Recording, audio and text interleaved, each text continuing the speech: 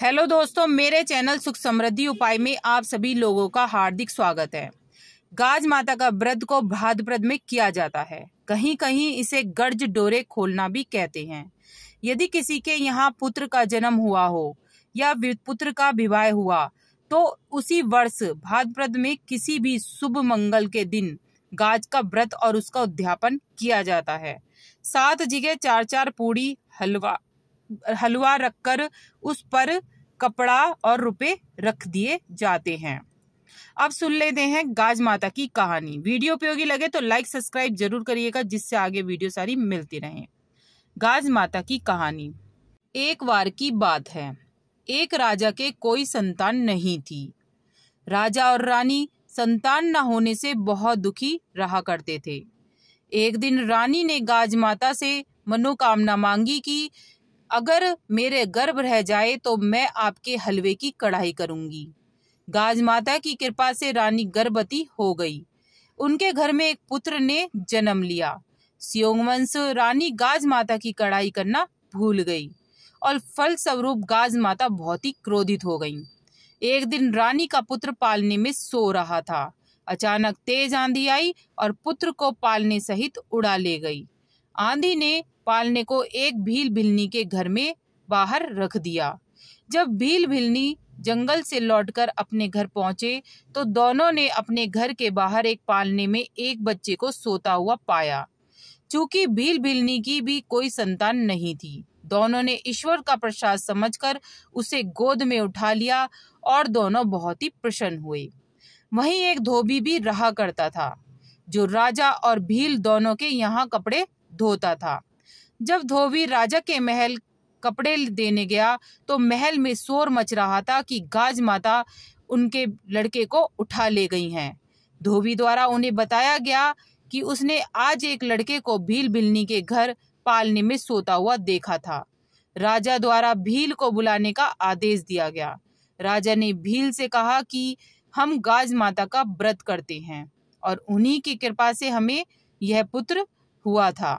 यह सब बातें सुनकर रानी को अपनी भूल का एहसास हो गया। रानी ने गाज माता से प्रार्थना की कि मेरी भूल की वजह से यह सब कुछ हो गया है। पश्चाताप करने लग गई। हे गाज माता, कृपा मेरी भूल क्षमा कर दीजिए और मैं आपकी कढ़ाई अवश्य ही करूंगी।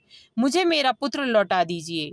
गाज माता ने खुश होकर उनका पुत्र लौटा दिया और भील भिलनी को भी मैया ने पुत्र दिया। रानी ने गाज माता का श्रृंगार किया और उसकी देसी घी से हलवे की कढ़ाई की। हे गाज माता, जिस प्रकार से आपने भील भिलनी को धन धान्य और पुत्र दिया और रानी का पुत्र उसे लौटा दिया, उसी तरह हे गाज माता सभी को धन दौलत और पुत्र देना। बोल गाज माता की जय। और कहते हैं कि गाज माता की कहानी के बाद विंदायक जी की कहानी भी जरूर सुननी चाहिए। तो सुनते हैं। एक मेंढक और मेंढकी थे।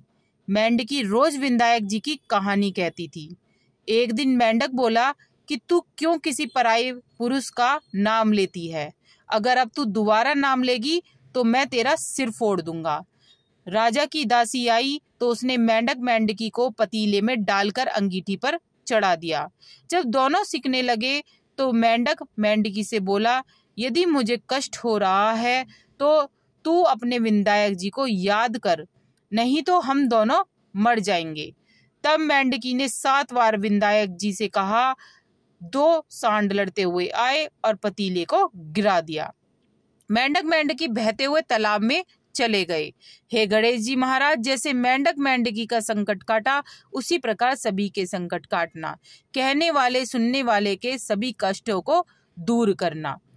और गणेश जी महाराज से प्रार्थना करी है कि हे गणेश जी महाराज संकट काटो, गणेश जी महाराज संकट काटो।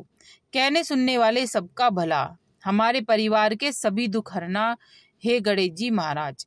बोल गणेश जी महाराज की जय। बोल गाज माता की जय। और गाज माता की कहानी सुनने से बहुत पुण्य की प्राप्ति होती है। गाज माता के व्रत और पूजा विधि भादो मास में ही की जाती है। इससे अन्न धन में बढ़ोतरी होती है और संतान सुख की प्राप्ति भी होती है। तो वीडियो उपयोगी लगे तो लाइक सब्सक्राइब जरूर करिएगा, जिससे आगे वीडियो आपको मिलती रहे।